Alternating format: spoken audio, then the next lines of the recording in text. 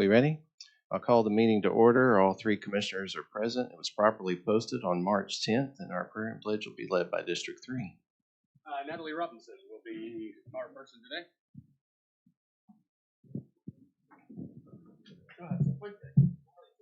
No, switches. That's true.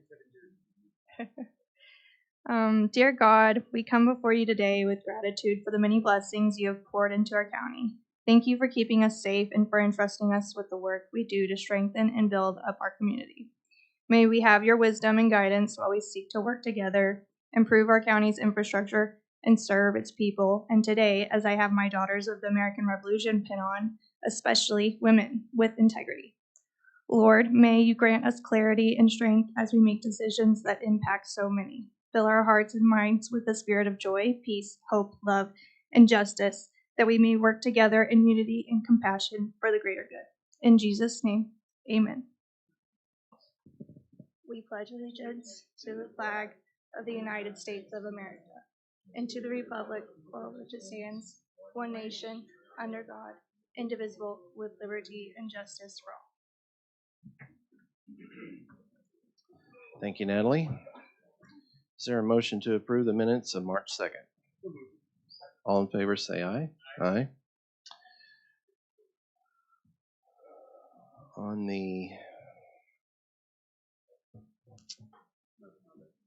the blanket, we have a change. We do have several changes, but we would ask that you hold it to the end of the meeting. Yes, ma'am. Is there a motion to receive this document before you on item 3 and then approve the claims? Oh, I was thinking she meant the blanket.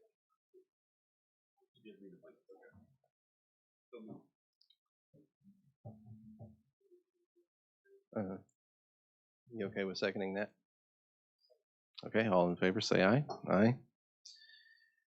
Any individual consideration on the consent docket?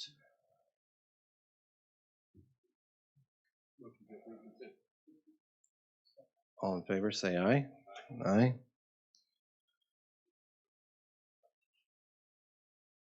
District 1.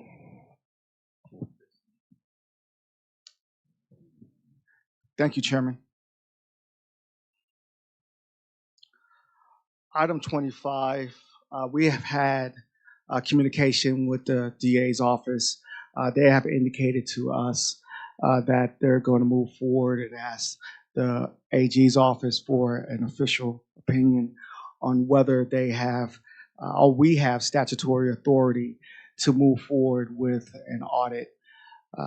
I have said on prior occasions that I believe that an audit needs to move forward. My legal interpretation when reading the statute, I believe it's clear, but I respect the process. I respect the state's position on making sure that we have clarity on this particular issue. So I am going to move to strike this agenda item based on the fact that we are going to wait to hear from the Attorney General's office on what their official position is on this matter. Is there a second? Second. All in favor say aye. Aye. We do have citizens to speak on this and the next item. Mark Falk.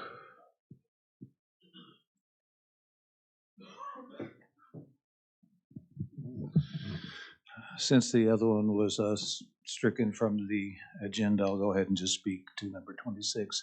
I'm trying to figure out exactly what's going on, and I'm not an elected official. I don't sit on any of these boards, and yet I'm lying awake trying to figure out exactly what it is we're doing here. And as far as I can see, the theme seems to be that the county is broke. Except that we managed to give raises to employees in every department except for the jail. So are we broke or are we not broke? County commissioners make a pretty good living. But arguably, the toughest job is to be a detention officer. And we're competing against ICE, who's paying massive bonuses. We're competing against other facilities. We have a statutory requirement to provide a safe jail.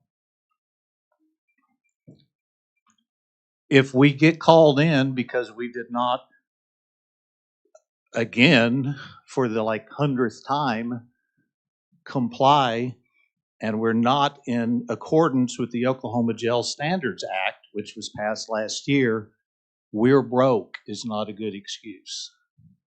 We have to fund the jail.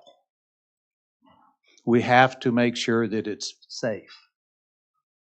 If we don't, people die.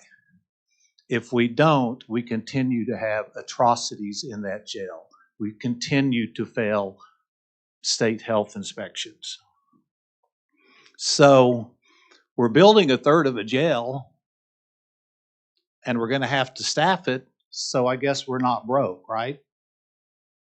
But we can't pay detention officers enough so that we can hire new ones, and right now they're all working overtime.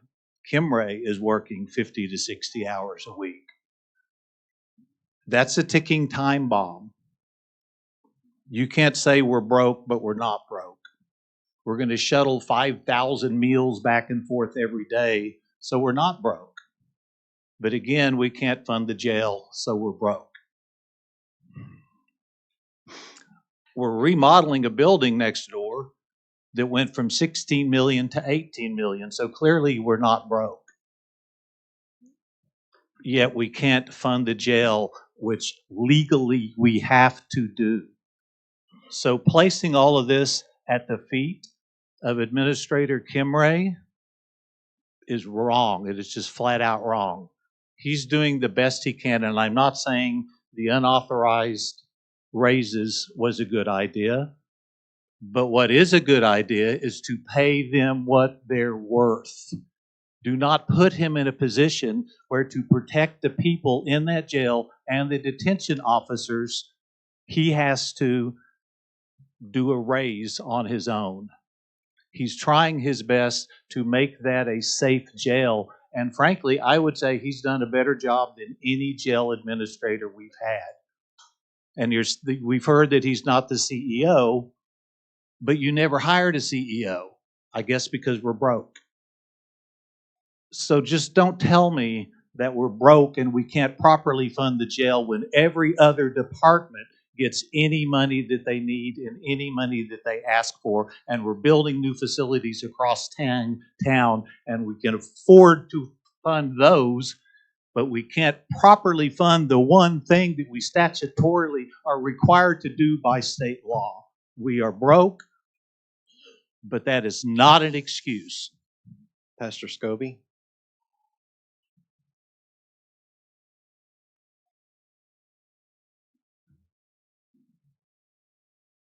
Good morning, Commissioners. Although I believe it's agenda item 25 has been stricken, I can still speak as it relates to it because it was on the agenda. My name is Derek Scobie. I serve as a member of the Oklahoma County Jail Trust. I'm appearing before you regarding a serious governance matter involving Oklahoma County Jail Trust Chair Jim Holman. On January 12th, Oklahoma County Jail Trust voted to indefinitely pause pay raises for Oklahoma County Detention Center staff. Despite that vote, raise requests were submitted to the Oklahoma County Clerk's office for the pay cycle of beginning January 21st.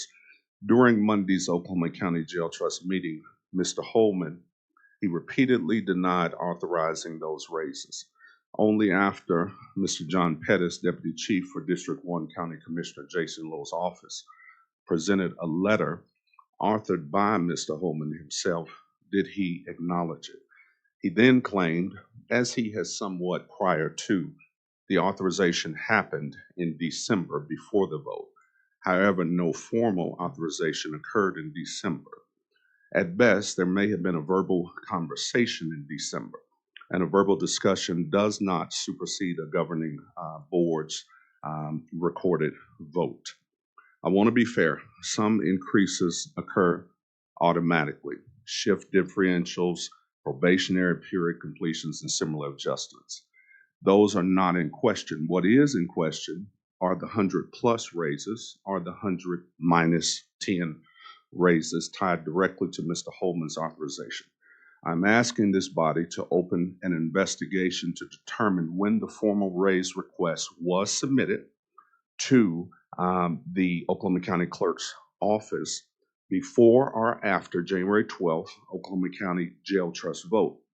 If confirmed that Mr. Holman willfully acted against the Oklahoma County Jail Trust decision, I formally request that Commissioner Miles Davison, privately who appointed him, and I know he cannot disappoint him, but I am asking when it happens, because it will come to light that he did subsequent to that vote.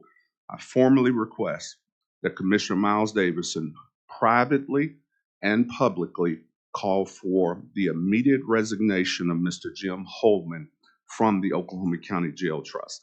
The Oklahoma County Jail Trust integrity requires truthfulness and respect for board decisions. That standard was not met. I will say in regards to, because I just heard here from Mark Falk, regarding Mr. Tim Kimray, he is doing an outstanding job and he did not authorize it. So therefore, he should not be sanctioned nor anything else. He only basically brought that to Mr. Holman as a recommendation, as a suggestion, but he does not have the authority to do it. Mr. Holman thought he did, and he signed off on it.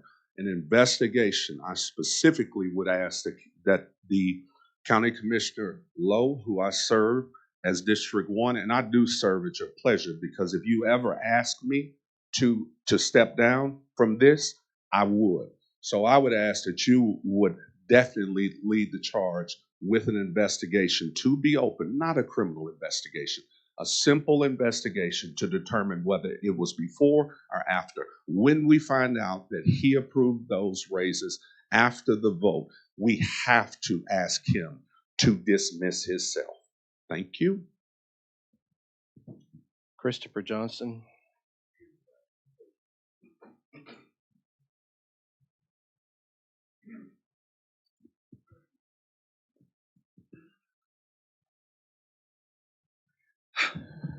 Good morning, gentlemen, and good morning, everyone out here.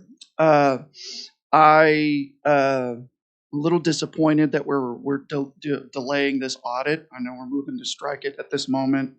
I believe that this is a delay tactic. I've been voicing that from day one. Every semblance of trying to hold this jail trust accountable has always been met with opposition. I don't know why. I do know. I suspect that there are powerful people who dump money into people's campaigns who don't want accountability. I just don't get it. I don't get that how we can have close to 6 years where our death count has risen to an average of 2 to 3 times more than under the sheriff's office. That's what the math shows.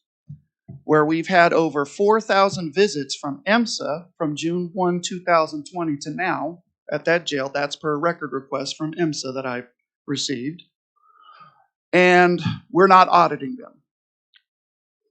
It's beyond me. That's just ridiculous. I've had my lawyer, who used to work for the DA's office and has done work with the feds, says nowhere in there do we have to. It's advised that there is collaboration. It's always good to have agencies collaborate, but we don't have to do it.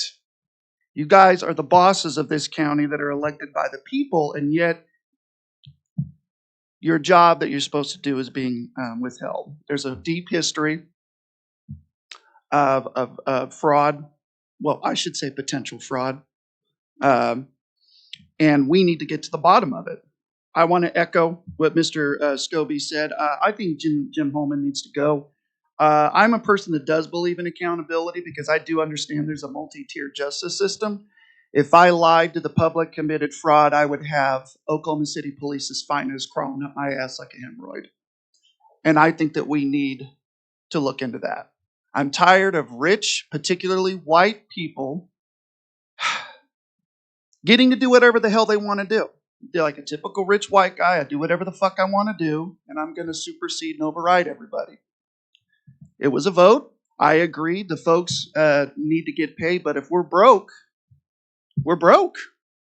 And he said, fuck it, I'm going to do it anyway. That wouldn't happen if you're a regular person. We would have detectives contacting us, and I would have to activate my lawyer to protect me. So let's remove him. If there's guts to criminally investigate that, I would appreciate that.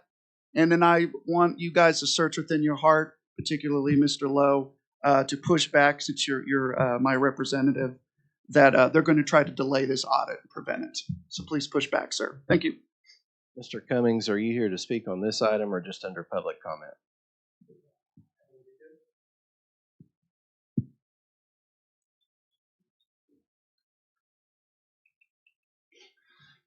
All right. Good morning, everybody. First things first, just to make sure I'm under the agenda item, Jim Holman needs to step down. Now, I don't know who brought a car dealer in here to run a jail, but, you know, just like the other bullshit that keeps happening with this whole thing, you guys bring in unqualified people to do jobs they don't know how to do, and then we're surprised that they don't know how to do them. He's an executive. I mean, Jim Holman Dodge, I remember the commercials. Can he run a jail? Okay, so this is a list from 6 years ago when People's Counsel first started coming here. You're the only guy left. Corrupt Kevin Calvey was here, and vote however you want, Kerry Bloomer was here. Okay, so I said, hey, if you're going to do a board, which was illegal, and I still claim it's illegal, these are the things you need to have on it to run a jail.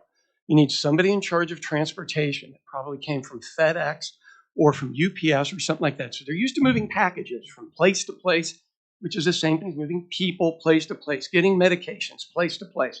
You need to have security, like an actual person that was a sheriff or a warden and actually CLEAT certified, but a whole production level of that. You also need to have food service professionals that have run large-scale either cafeterias or hotels. You're doing 1,800 meals 3 times a day. You need hotel management. There is Patel family members here in this state that would happily help, that own hotels worldwide, to actually figure out a way to get customers in and a way to get customers out. You need a community liaison, and we've had a decent job with that with Pastor Scovey. You need a forensic accountant. So we're not in the position we're in right now where we don't have any money, but yet we found $600,000, which is bullshit. You need an actual constitutional lawyer, so we don't violate people's civil rights.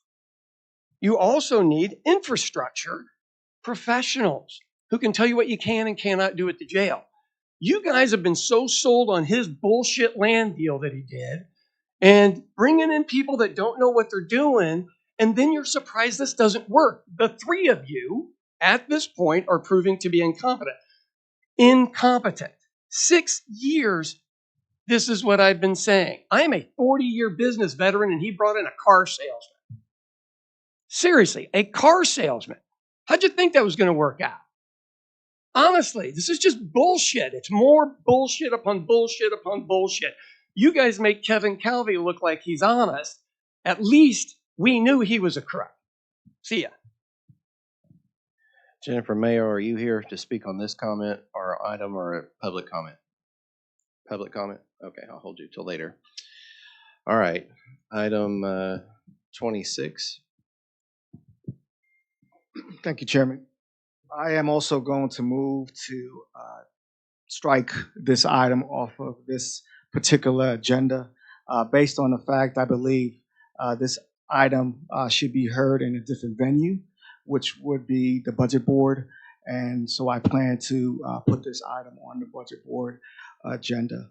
So I move to strike this motion, this agenda item. All in favor, say aye. Aye. Item 27, this is discussion about utilizing potentially the jewel funds to go towards the jail budget shortfall. Is there any discussion?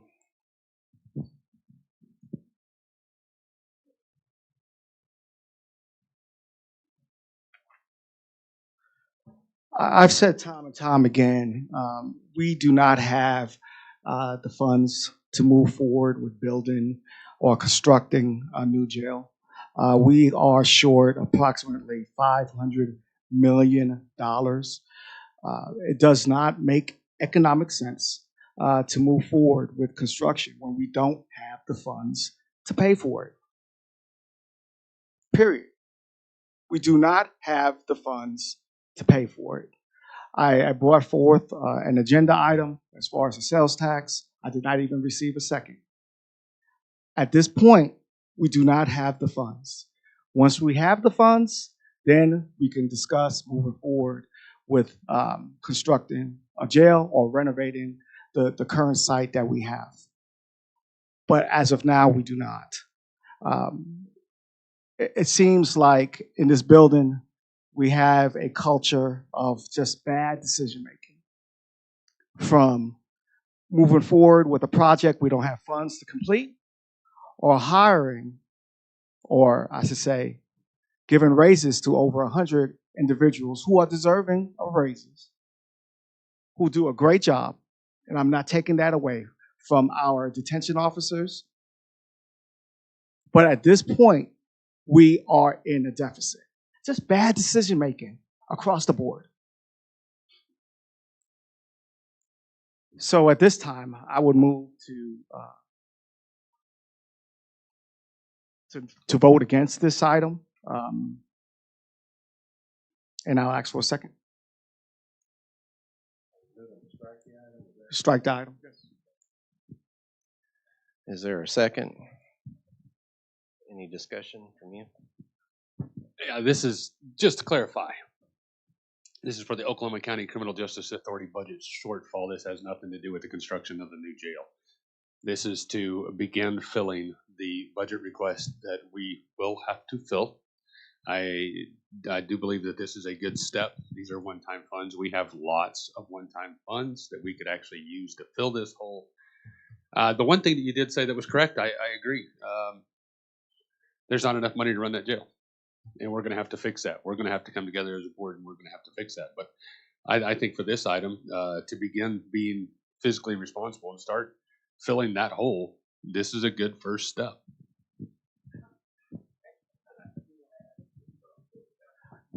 And I also want to add, there was an agenda item on the trust meeting a couple of days ago dealing with e-cigarettes and generating, I believe, $1 million that would generate $1 million if we were to sell e-cigarettes. That is not the way to go. I mean, we understand the effects of nicotine as far as cancer, as far as health outcomes. That for us to generate money that way is, I think, irresponsible, and we need not to even think about moving forward with that idea or whoever came up with that concept. We're not in the business of killing people, and that's exactly what we would be doing if we were to move forward with e-cigarettes. Okay, no second for your motion. The motion dies for lack of a second. Is there any other discussion on this item? If there are no other discussion, then I'm going to move that we appropriate the entire amount listed here so it will go towards a portion of the budget shortfall for the jail. I'll so move. Any other discussion? All in favor say aye. Aye. Any opposed? Motion passes 2-1. District 3.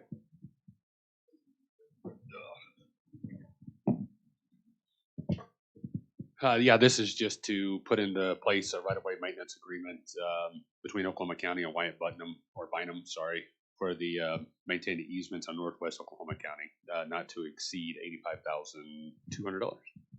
Motion to approve. All in favor say aye. Aye. County Clerk, this is Ms. Hudson.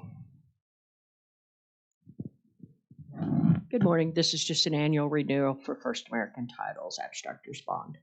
Is there a motion? All in favor, say aye. Aye. Thank you. Jessica?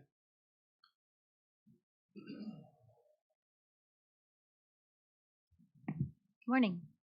This item is for the Oklahoma County Free Fair Horse Show. It will be held on March 28th, and it'll be held at the Stone Ridge Acres Stables in Edmond. All in favor, say aye. Aye. Mr. Barnes?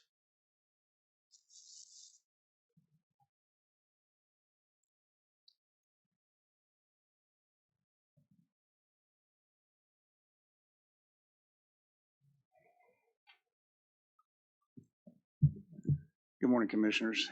We have an important document here in front of you that will basically bring to closure a very long-term, in my opinion, very profitable relationship we've had with the City of Oklahoma City in sharing the Regional Multi-Agency Coordination Center, which we affectionately call the bunker. Many of you have been out there and visited that. It's been a very positive situation there, and our relationship with Oklahoma City Emergency Management has been, and will continue to be very favorable. That working relationship is obviously important to Oklahoma County and to Oklahoma City. So this is completion of the agreement that we've had in place for multiple years. We actually formalized in 2007. We have moved into the new facility as of last Friday, although there's still boxes and things piled everywhere, as you would imagine. And we kind of have an inaugural event last night with tornado warnings, and we activated outdoor warning systems. The new facility, although not 100% complete for the move-in pieces, functioned extremely well. We couldn't be more proud of that facility.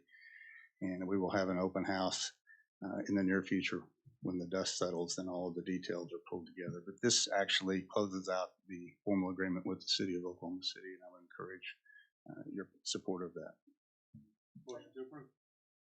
All our thanks to Oklahoma City for Absolutely. their partnership over the years. All in favor, say aye. Aye. Thank you, Mr. Barnes. Thank you. And Stacy.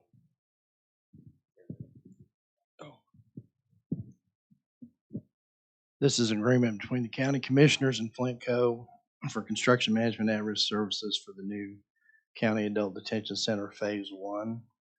The total amount is not to exceed $213,672,321.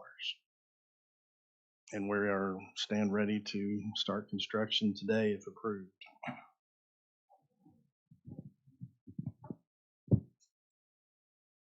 Here to have discussion about this. I've said it. I've said it again. I've said it today. We don't have the money to move forward. So I guess I'm going to be outvoted once again, 2-1. But I'm saying it once again. This is irresponsible, and this is not the right thing to do. And just frustrated. Just frustrated. Because this is not our money. This is taxpayer money.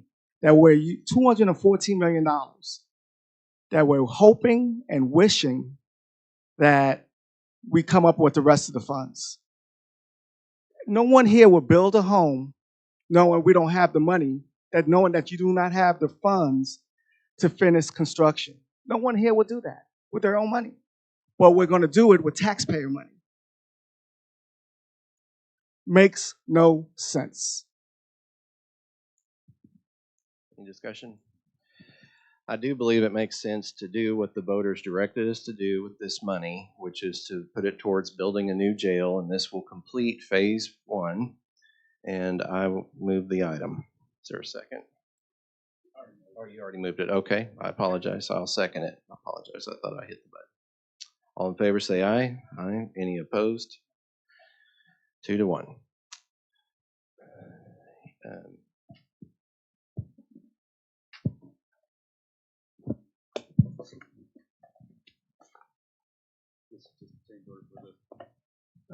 Okay, this is on the Behavioral Care Center project. It's a amendment with HOK for designing a pharmacy into the facility.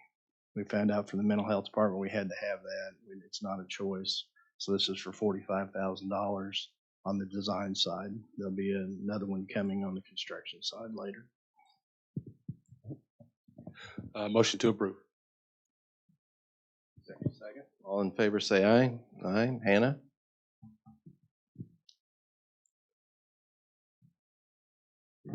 Good morning. This is just a renewal for our mobile tech x-ray. Our previous contract went through February, so we updated this one to go July to June, and then we'll have a new one in July. All in favor say aye. Aye. Thank you for your time. Ashley?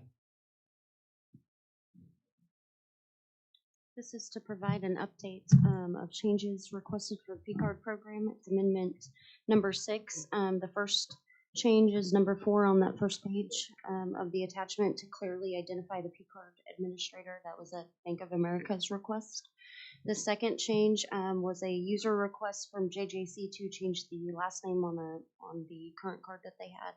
And then the final change is the Oklahoma County Clerk, Marissa Treat, is requesting a P-card with a limit of $10,000. Okay. Is there a motion? All in favor say aye. Aye. Now we can go back and do the blanket. There are 4 additions to the blanket. You should have an updated copy in front of you. Just for the record, it is requisition 12605465, 12605491, 12605490, 12605466, and these are the requisitions for the Flintco agreement. Very good. Is there a motion to approve with those additions? All in favor say aye. Aye. Thank you. Thank you for that. Commissioner Comments District 3. And if there's no new business, we do have one citizen under public comment, Jennifer Mayo. Good morning, Commissioners. I should have spoken under 32, but we all knew where that was headed. Today, you are asked to approve a $213.7 million Phase 1 construction contract that you just approved, the new detention center. But in the same meeting, you're still discussing state auditor to investigate the jail trust, considering forming a working group to study dissolving that trust, and proposing to use settlement funds to help cover the jail's current budget shortfall. Large public projects usually work in a pretty straightforward order. You stabilize the governance structure, make sure operational plans make sense, understand the financial roadmap, and then you move into construction. The public still hasn't seen a full roadmap for this project. We don't know what each phase costs, what the total project price is, or where the funding will come from for the phases beyond what the bond that the voters approved. More specifically, at the bond oversight meeting about 3 weeks ago, there were still concerns about the bidding assumptions, and questions around them weren't really answered. I'm not arguing whether the county needs a better facility.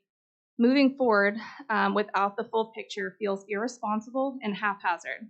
The people who end up in that building, the people that work there every day, and the families working outside, the families waiting outside, deserve more than a project that is still being figured out as it moves forward. At the end of the day, the justice system is measured by how it treats people when they have the least power. Buildings matter, but the systems matter more. Thank you. Mr. Johnson.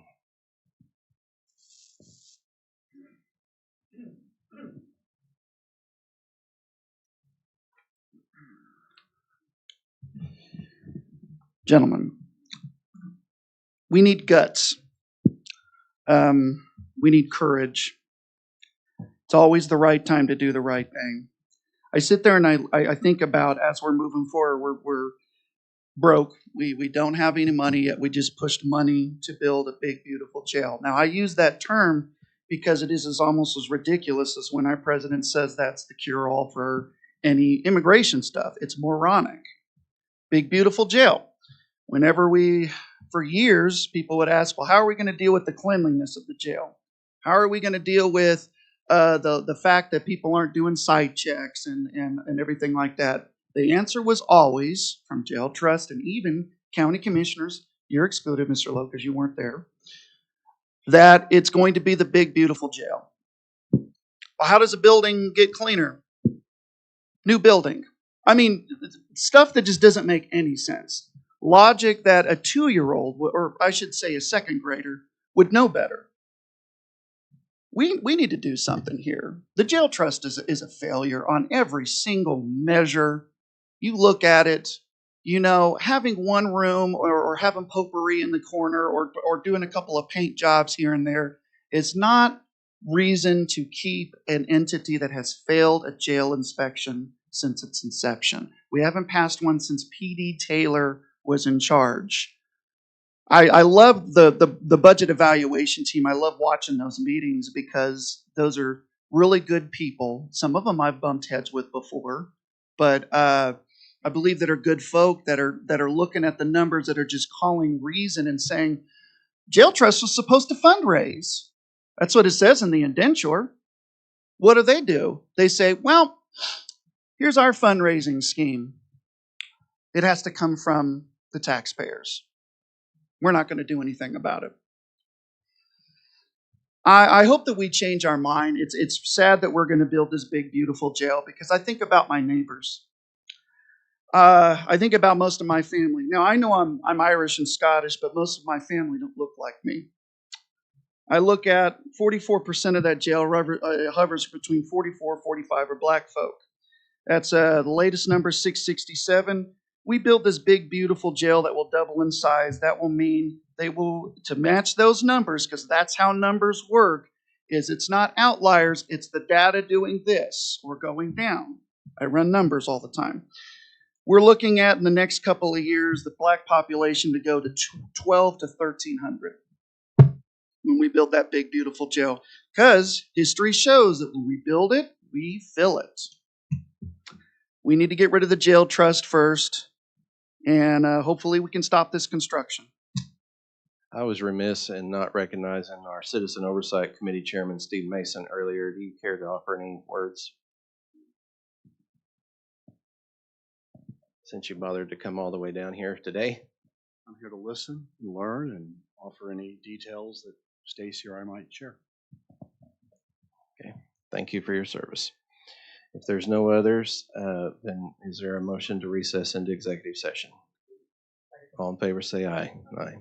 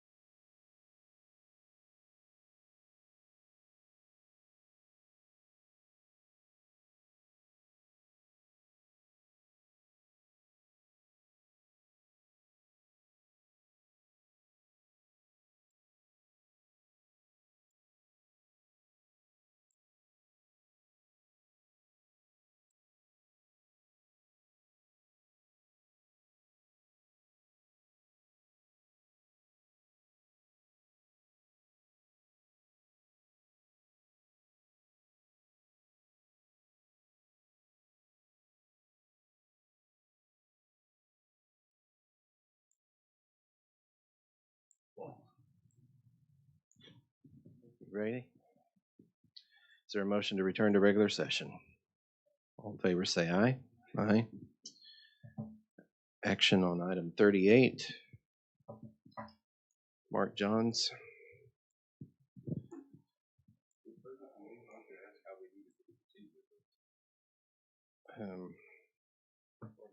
I think it's a proceed. Right. All in favor say aye. Aye. Same motion on item 39. All in favor say aye. Aye. Is there a motion to adjourn? All in favor say aye. Aye.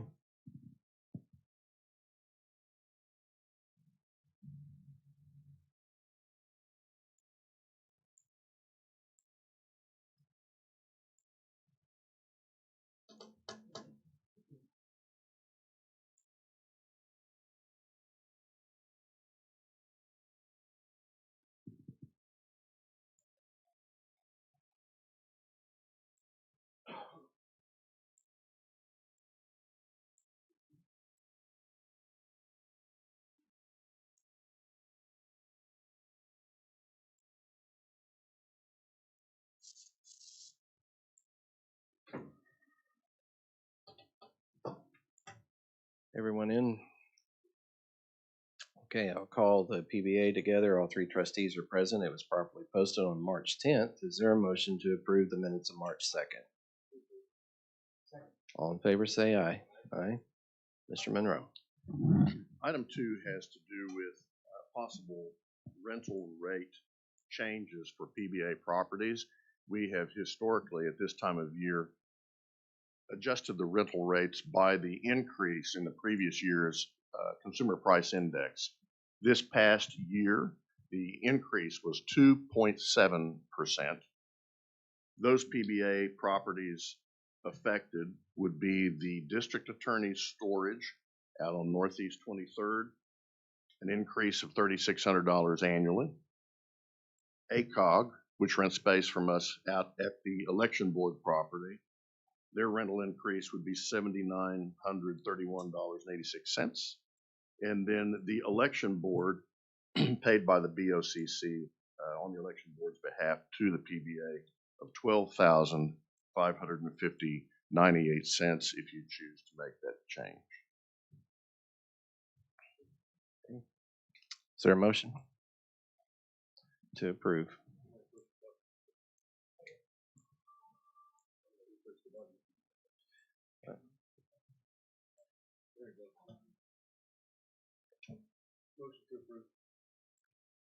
All right, all in favor say aye. Aye. Thank you, sir. Item 3 is the Metro parking report of fees. Same with 4. No, 4 is PBA reported fees. For 3 and 4? All in favor say aye. Aye. Item 5 is a progressive payment to GH2 Architects for their ongoing work for courtrooms out at JJC. This payment is in the amount of $53,625 to pay at 9. I've reached out to GH2 and asked them if they would bring us documents, do the work only to get us to the point where we have construction documents that we can shelve if we want to use them at a later date on that property and in that facility. They corresponded with me. We can, after construction documents are finished, which would be the first part of April, we would realize a savings of nearly $100,000 by arresting the project at this point. There would be no need for construction services moving forward, obviously. And in previous meetings, we decided not to move forward with courtrooms at JJC. So they're good with providing us the documents we need that we can shelve. And if we change our minds, or if you change your minds, can move forward with courtrooms and those documents at JJC at some later date. Otherwise, we'll shelve them here and we'll realize $99,500 savings.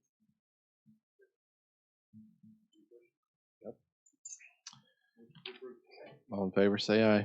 Aye. Item 6 is a progressive payment in the amount of $80,188.90 to Lingo Construction, PAP 11 for the ICB remodel. All in favor, say aye. Aye.